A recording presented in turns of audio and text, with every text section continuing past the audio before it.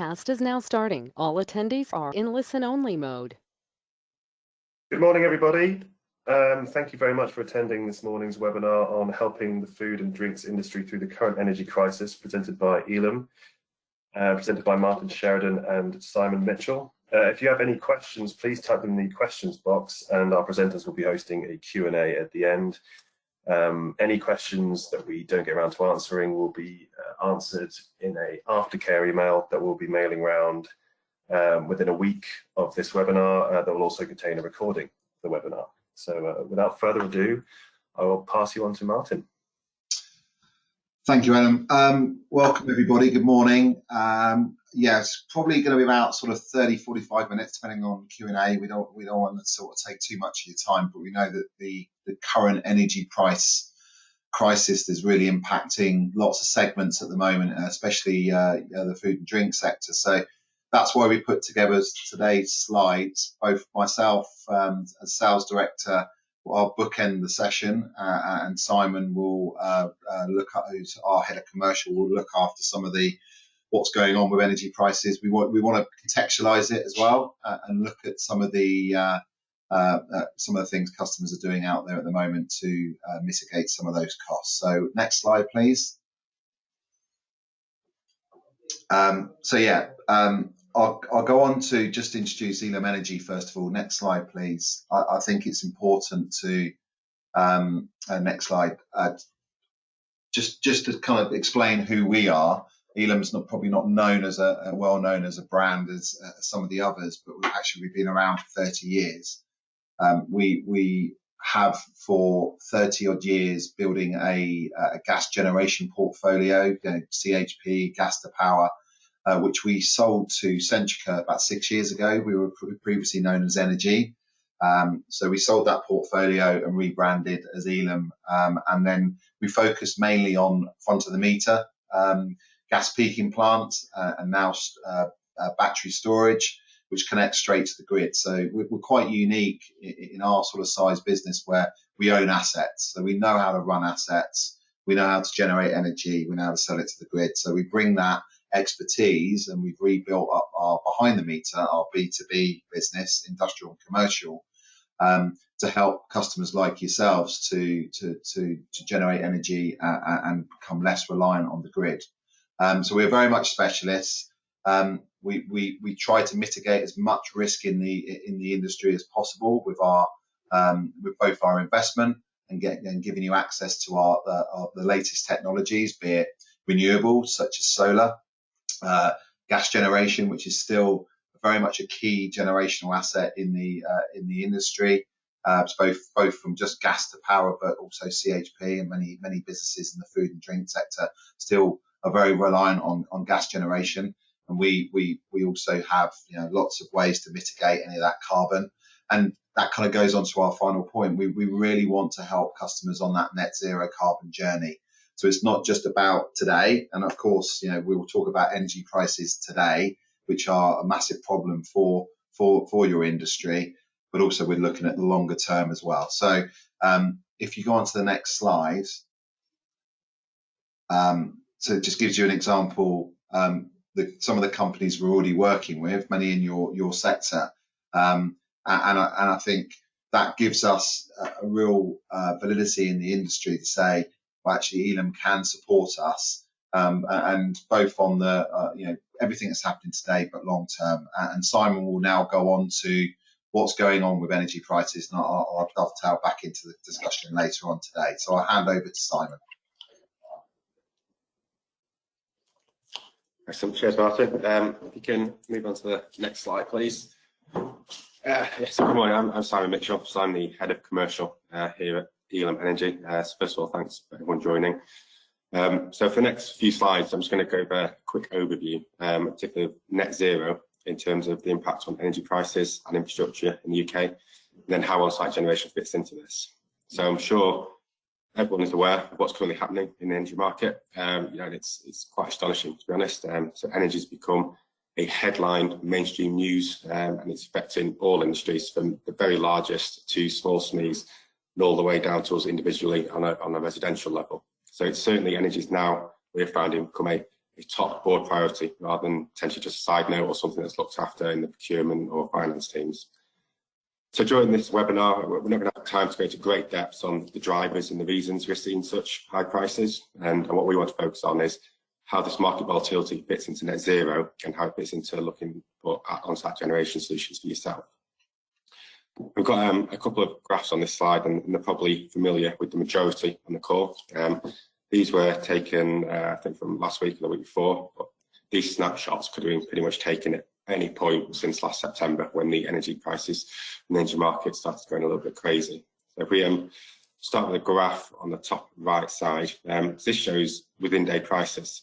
Now, although this may not directly impact most people on this call, as you don't have any purchasing requirements at the within day or day ahead stage, but what this graph is showing is just the level of volatility that's currently in the market at this present time. So you've got prices essentially staying over £200 a megawatt hour for days at a time, and then peaking in the thousands of pounds. So you can see there just shy of 3,000 on this particular day. You can compare this to the COVID periods of last year and then 2020 when it first started, when there was lockdowns, and in that time we're getting a huge amount of negative pricing. So you had this massive swing of kind of volatility in the market, and that's only going to continue. And just to kind of illustrate that, in December, which is usually a fairly quiet month, there were 1,283 half-hourly periods where the price was over £100 a megawatt hour, which is unheard of in kind of any point of the electricity market.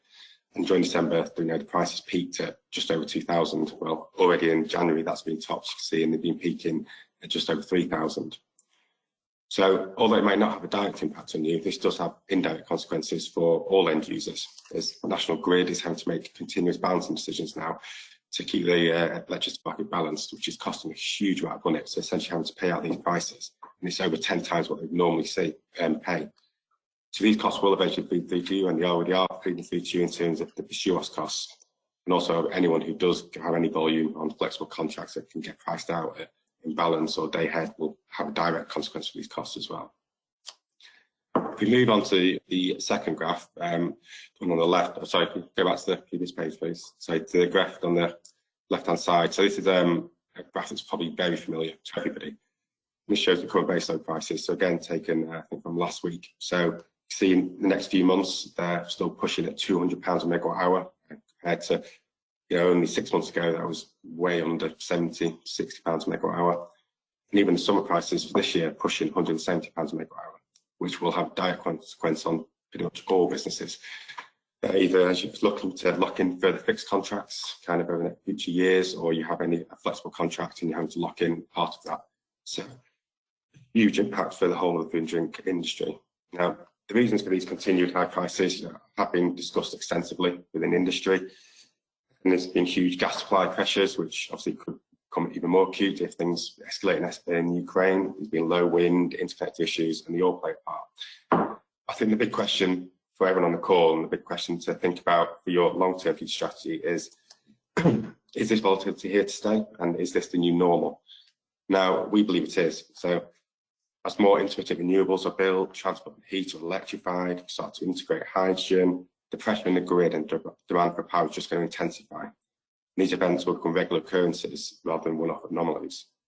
So I think the upshot of this is that companies like yourselves are going to have to start to plan for this volatility in your business, but more importantly, these risks. And this is where we think on-site generation and particularly storage as well is a key part of this. So if you can move to the next slide, please. It's a little bit of potential of what's coming as well in the next 12 to 18 months. So this pie chart is probably recognisable to a lot of people on the course, particularly if you're involved with kind of the procurement of energy. This was more a typical historic view of how an electricity bill was broken down. Generally, it was around about 40% commodity, so based on wholesale prices, and then 60% based on your kind of connection costs, distribution costs, transmission costs, green levies, etc. Now, this has changed recently, ever since September. Obviously, as the percentage now driven by commodity with these increasing prices is pushing that near to the 50% mark.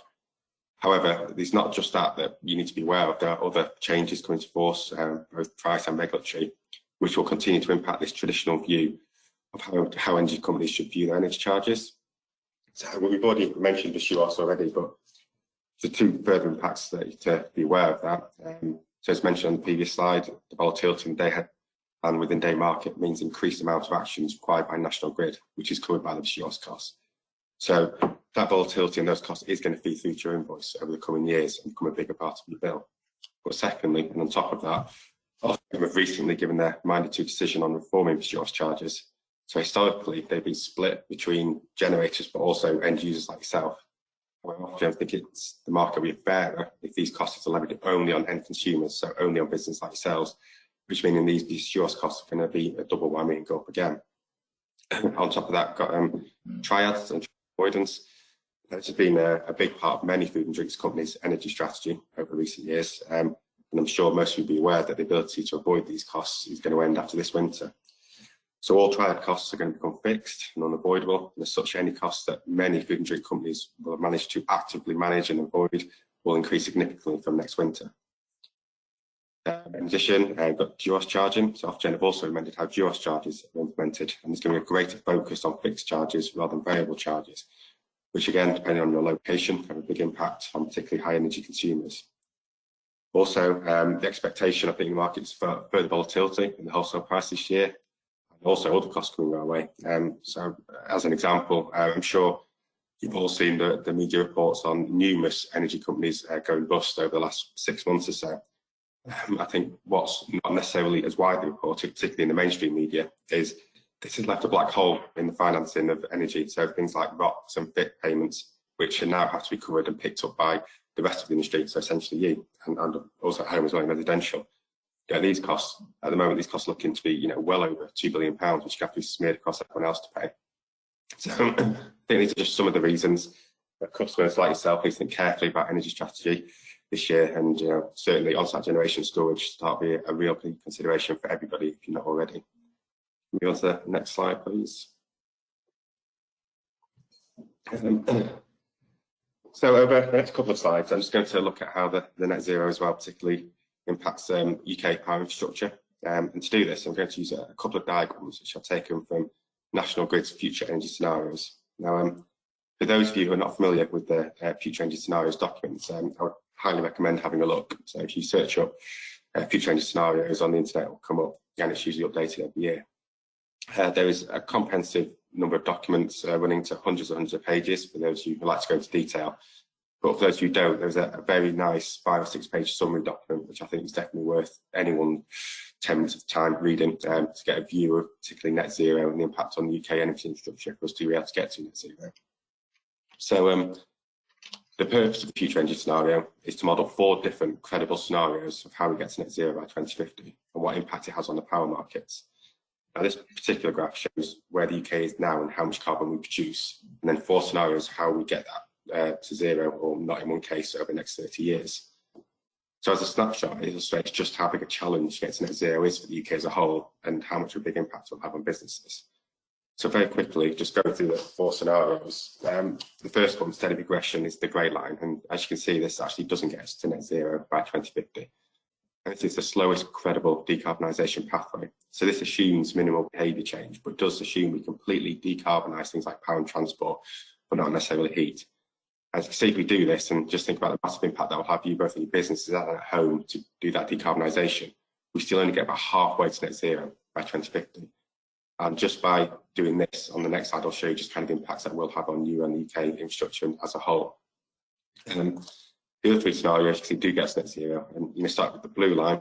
This is known as system transformation. So this assumes we do decarbonise heat, in this case using hydrogen, consumers not changing their behaviour, so businesses not doing any efficiency, not doing demand side flexibility, and it's all done on the system. So essentially, National Grid will do all the work and essentially pass the cost of doing it down to us. But by doing this, it will eventually get to net zero, but at a cost.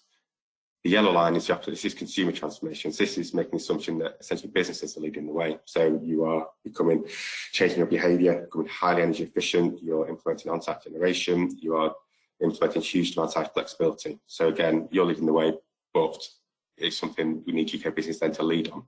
Then finally, the green line is the fastest credible way to decarbonise, and essentially it's a mixture of all of them, but speeding it up, and it's a huge lifestyle change requirements and using hydrogen, electricity, heating, etc. So I think it's likely it'll be a mix of these scenarios, how we get there. But I think the key message is to achieve net zero, it does mean massive impact on network infrastructure, and this will feed through to wholesale prices, and it's going to have a big impact on every business. And I think everyone believes the UK as a whole is not going to meet their net zero target in 2050 unless UK businesses lead the way. If you can move on to the next slide, please.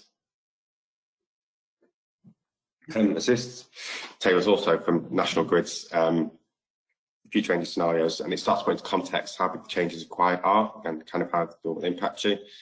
So I'm not going to go through all these numbers. There's a lot of numbers there, and these slides will get sent around, so if you want to have a look at them, you can do. So what I'm going to just focus on is the section in the 2030, and particularly on the consumer transformation, which, if you remember,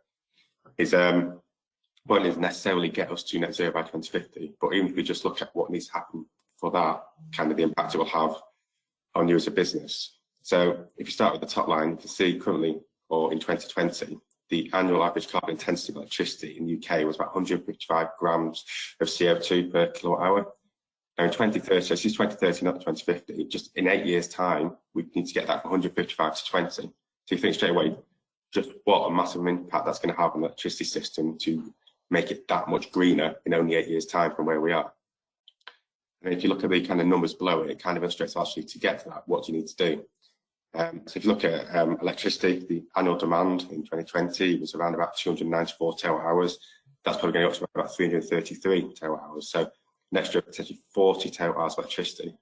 Now, if you link that back to the graph we showed on the first slide of the wholesale prices, and going up to £200, £170 in the summer, now imagine there's an extra 40 terawatt hours of power, so you have 400 million kilowatt hours of power to be purchased year on year, and you can understand why an expected decrease in prices is probably not going to be realistic in the short term.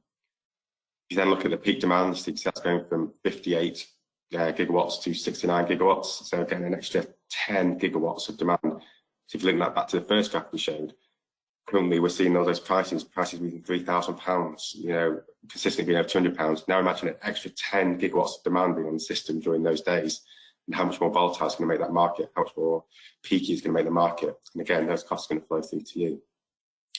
And see, to get to that, and then some of these other big numbers, installed capacity going from 104 to 182. So essentially, an extra 80 gigawatts of generation need to be put onto the system in the next 8 years to be able to meet those targets.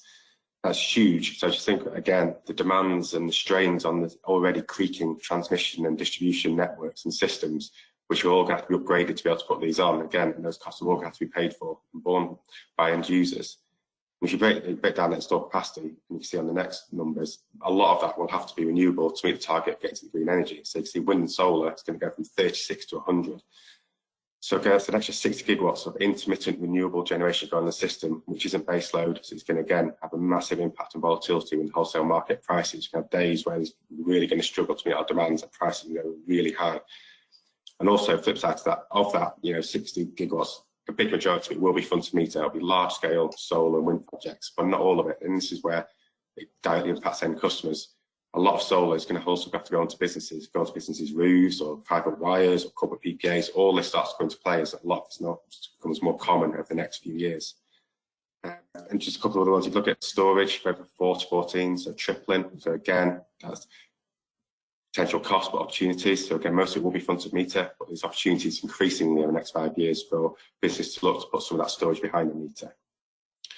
And the final one I just want to quickly touch on is gas. I think gas is probably one of the most common questions we get, and I think there's a common misconception that gas is dead because we're going green, and obviously there's a CO2 impact from gas. But if you look at this table and look across all the scenarios going to 2030 and even out to 2050, gas is a part of our energy mix all the way through to 2050, and we're net zero, and that's counted into how we get to net zero. And it's going to continue, and this is natural gas, this isn't hydrogen, this is going to continue to be a big part. So CHPs, gas engines play an important mix to help us to get to net zero. It's a facilitator for the country getting to net zero, rather than something to be just thought, I can't touch that, it doesn't fit into me. So rather than going into concept or thoughts of on-site generation and discounting gas straight away, actually, as a country as a whole, and this is national grids and the governments and Ofgem decide onto these numbers, it does play a big part into where we need to get to. I think overall, I think these numbers on here are a bit scary, but they do start to give you a picture of the kind of upgrades that are required by the DNOs and transmission networks and the costs that we need to be borne by the customers, essentially yourselves. and also the demands and the strain in the wholesale markets. So this is why we believe the events of recent months are not going to be a one-off event. And I think the key message is these aren't happening in the next 30 years. This isn't 2050. They're happening in the next 3 or 4 years to make sure they can be implemented by 2030. So all these changes can happen, you know, in your next line of midterm planning, financial planning, company planning. So you need to start planning for this now, or you're going to be left behind. You have to react to a very changing market rather than be a part of it. And if you go to the next slide, please. Just quickly, for my final slide, again, this is probably another diagram, which I'm sure everyone on call, particularly those who have an element of sustainability as that part of their role, will be familiar with. And this is to meet national net zero targets. Every business is going to create a net zero plan, and it's all going to come into play. So all your scope 1, 2, and 3 is going to become more of a focus for businesses, and the strategies to get to net zero will become increasingly highest priority at board level. I think more companies, particularly in the food and drink sector, are looking to get to net zero, and there's a huge more focus on scope 3 and not just 1 and 2 now. Obviously, a lot of you as companies are part of wider supply chains, and there's pressures from your customers to get to net zero to help with their scope 3 so there's a drive to get to net zero to make sure you remain competitive. So it's no longer a thing that people on the back burner, and a lot of companies are having to take that action now. And we certainly believe that on-site generation plays a huge part in customers' plans to get to net zero, both particularly on the scope 3 as well, and help you both achieve your net zero targets, you know, in a balanced way, also helping you reduce costs and also helping resilience as well. So I'm going to pass back to Martin now, who will go through some of the solutions available to you. Thanks, Simon. I think you probably depressed the whole room, but you know it is a real life issue, and you know I think what Simon's fleshed out is that this will not be a short-term issue; it will be a long-term issue, and especially in the industry that we have a lot of presence in, your industry, the food and drink industry. We know that you know small fluctuations in costs can really impact your output and what you're selling to your supply chain. So I think there are things you can do, and I'll flesh out some of the things that you can do, whether it's with us or whether it's with someone else that you may well be working with. I'm not here to to give you a hard sell on Elam, but we can do some of these things, and I'll show you a real life case study of one of the things that we're making a huge impact with a particular customer currently. So next slide, please. In terms of what we do and what ultimately you guys can do is split down a number of different solutions that can impact your reliance on the grid and ultimately avoid some of these large increases that are happening. Gas, as Simon previously mentioned, is still a big part of our energy mix and a solution that you can have access to. And in effect, it's driving an engine through gas to produce electricity. So you're using a cheaper fuel to produce an expensive fuel. And yes, gas is high at the moment, but because the grid is so reliant on gas, that means power is high. And that is the difference between those. It's called the spark spread, and therefore we actually believe the spark spread will continue. So gas generation is really an important solution that you can tap into.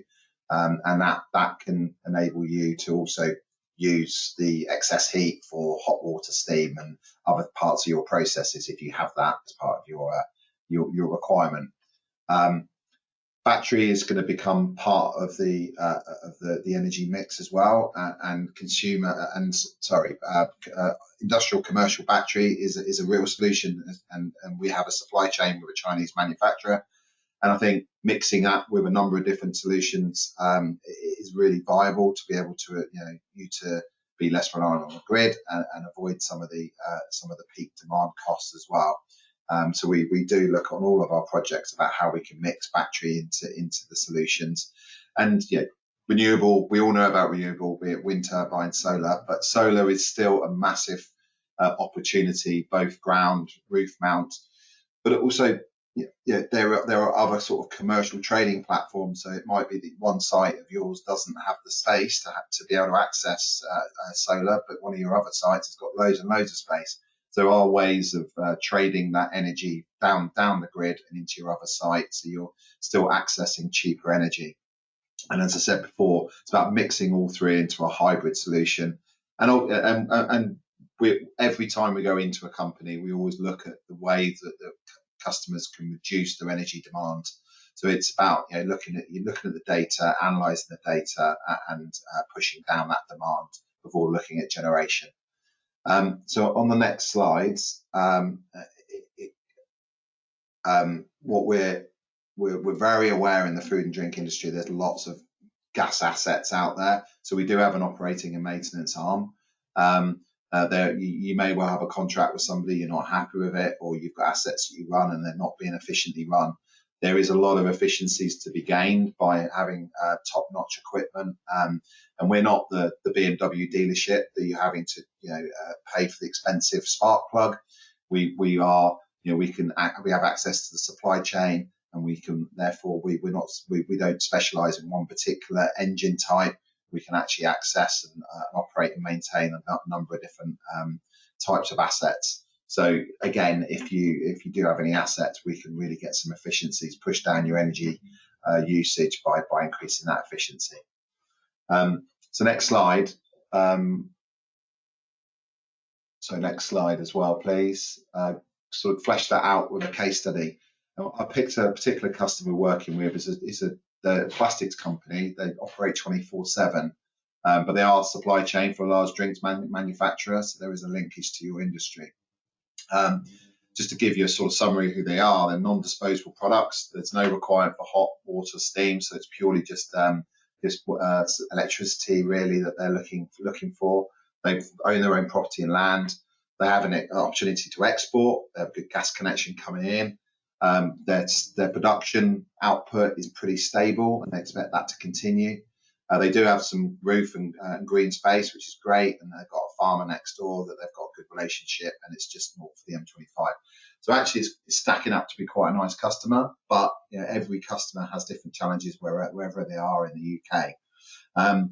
This is probably out of date, very much so. I think most customers would be quite happy to be paying under 2 pence a kilowatt for gas and 15 pence for power. I know for a fact that they've had dramatic increases, and they're very glad that they are further down the line exploring how they can be less reliant on the grid. They do have a very high base load, and their peak is kind of 3 in the morning till 6, but they do operate 24/7. So on the next slide, I outline what the main challenges are.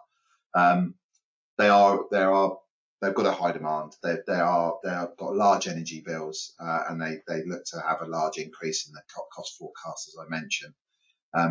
Much like yourselves, very product competitive, and energy is in their top 3 costs outside of labour and materials.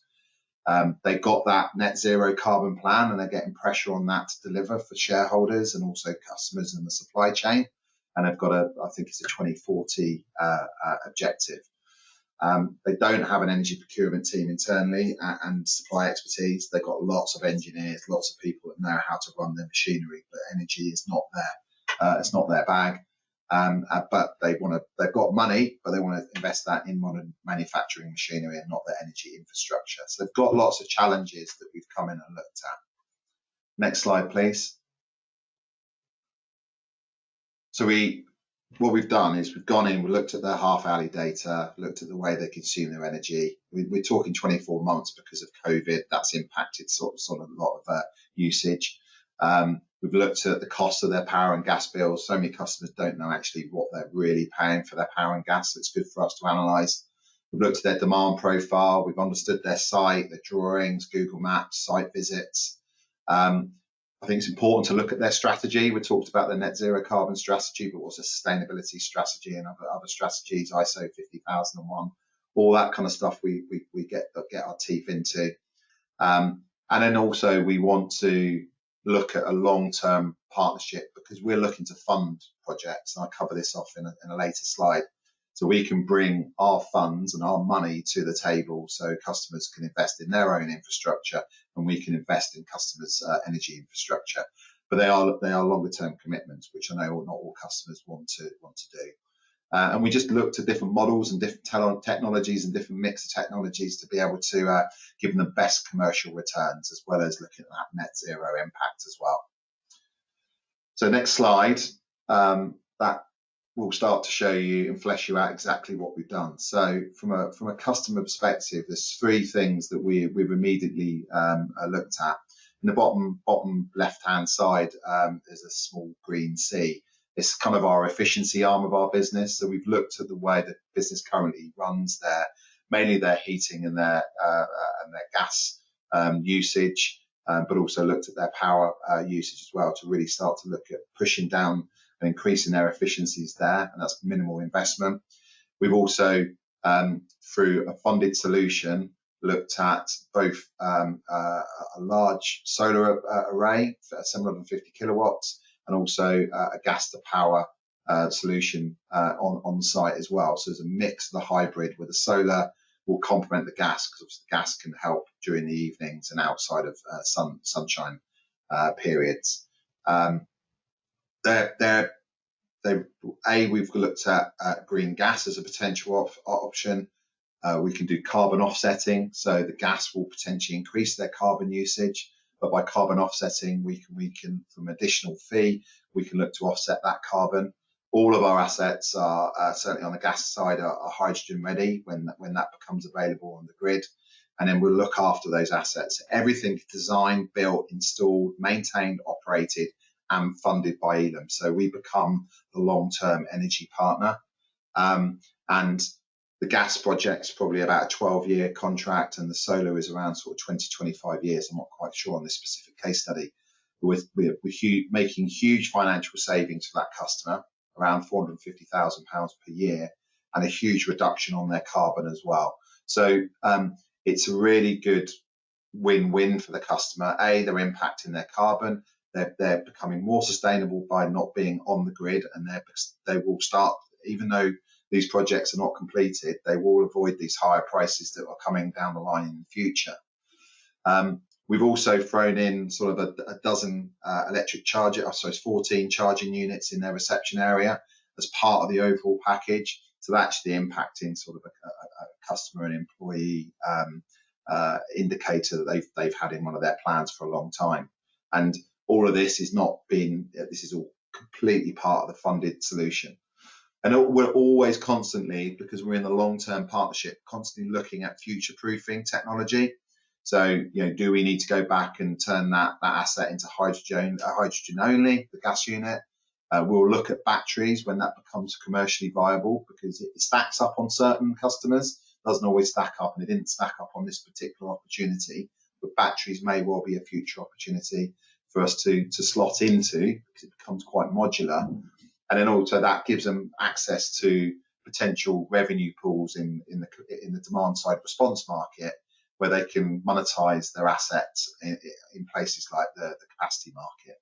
So we're building a solution around the customer, around their requirements, around their policies, and they've effectively said, Elam, you're an energy partner, and yes, they're always going to have an import contract on both gas and power, but we've really reduced that reliance, and all of this is a lot lower price than what they're paying off the grid. We do a guaranteed saving, so if at any point the price of power comes down a lot less than what our power purchase agreement would be with the customer, then we would pause that on our gas project. So that does pull some of the risk out for the customer, and that's just an ongoing conversation we have with the financial team and the engineering team and the operations and procurement teams. Just on the next slide. A lot of people say, well, why you fund it rather than we fund it, especially if it's a good return on investment. These are the main reasons we see why customers want us to fund the project for a power purchase agreement. They don't want to spend their cash reserve or go into debt. They'd want to keep that cash buffer to invest in spare working capital. So the example before was around manufacturing equipment. They may well have constraints on their capex budget. They simply don't have the money there. Often procurement will give a 2 to 3 year return on investment. Typically, a good solar project will return in sort of 7 to 10 years. So there is definitely a way. A lot of companies have that pressure to have that return. you simply don't know what your future energy requirements are going to be. So we work with you to understand that. Technology does change. A lot of these technologies have been around for a long time, but they get more and more efficient as years go on. So that's that long-term partnership. And I guess this is complex. This is not an easy thing to do, and certainly not an easy journey to go on. Therefore, when we become that specialist partner, we've got dozens and dozens of technological experts that we can really pull into your building or your company to understand and bring technological experience. And it's just that very responsive long-term partner.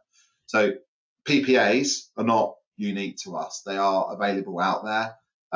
The solutions I talked about on the previous slide, they're not unique and out there. Often you'll find companies that specialize in solar, specialize in gas, specialize in batteries.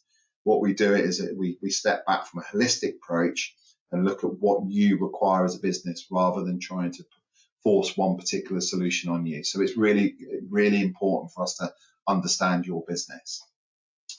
And then next slide, please.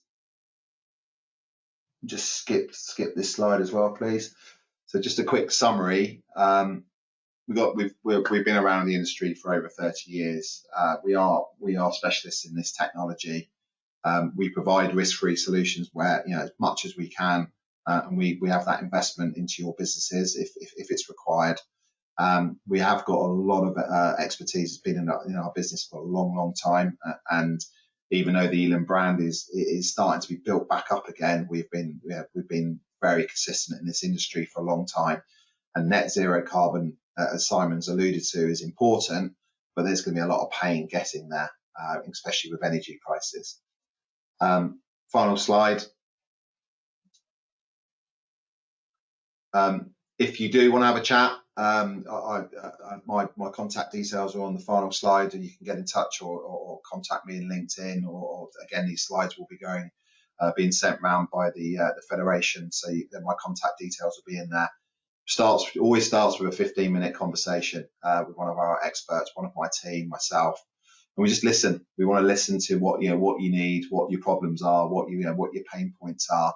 We analyze, we use data, we use site surveys to really understand, and then we start looking at that long-term partnership to ensure that it's not a one-off. We're not in and out. It is something that lasts a long time. And I think that takes me to the final slides, which I think my contact details might be on the last slide.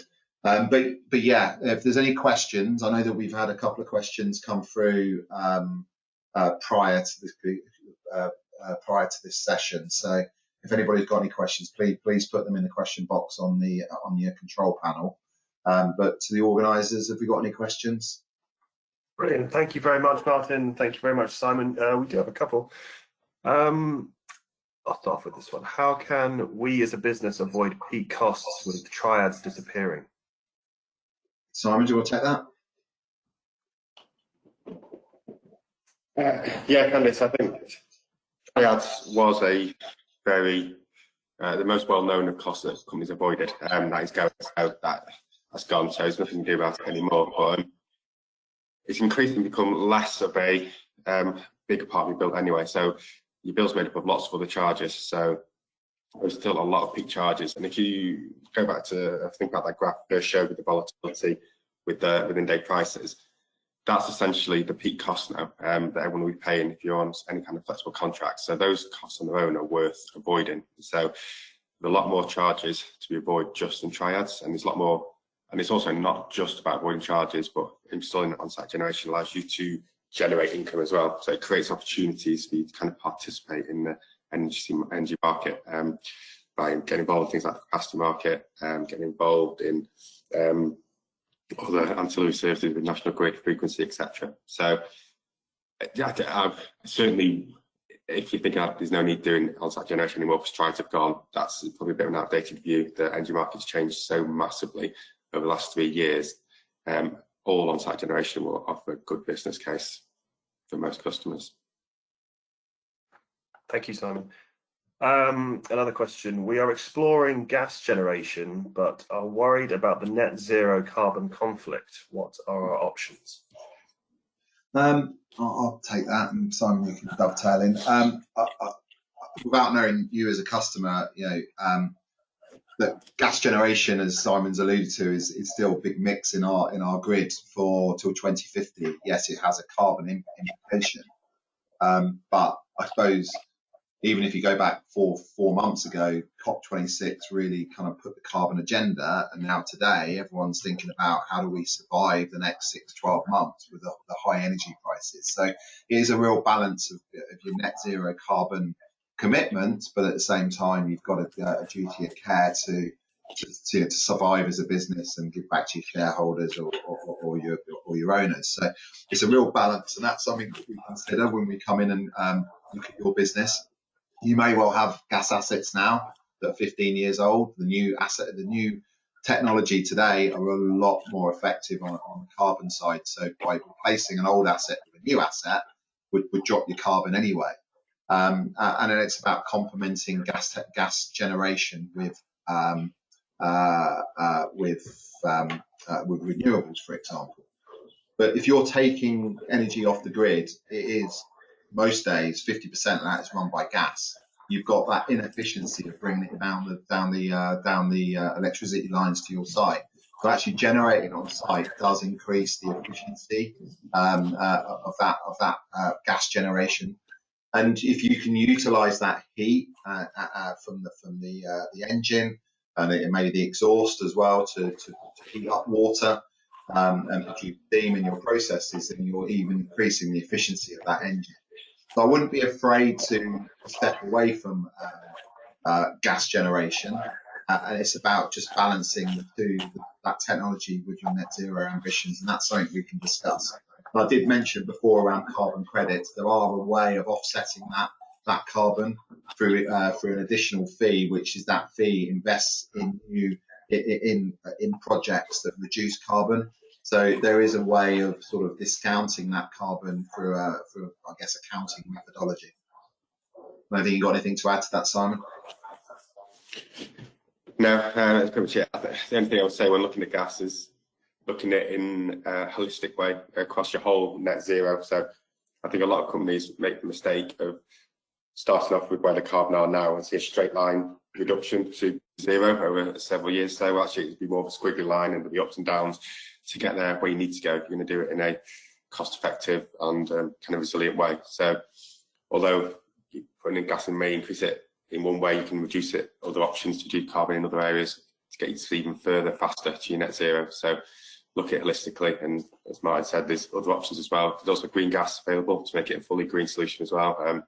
Elam are a trader of green gas, so we can set up fully green gas PPA structures as well for those who are interested in looking at that.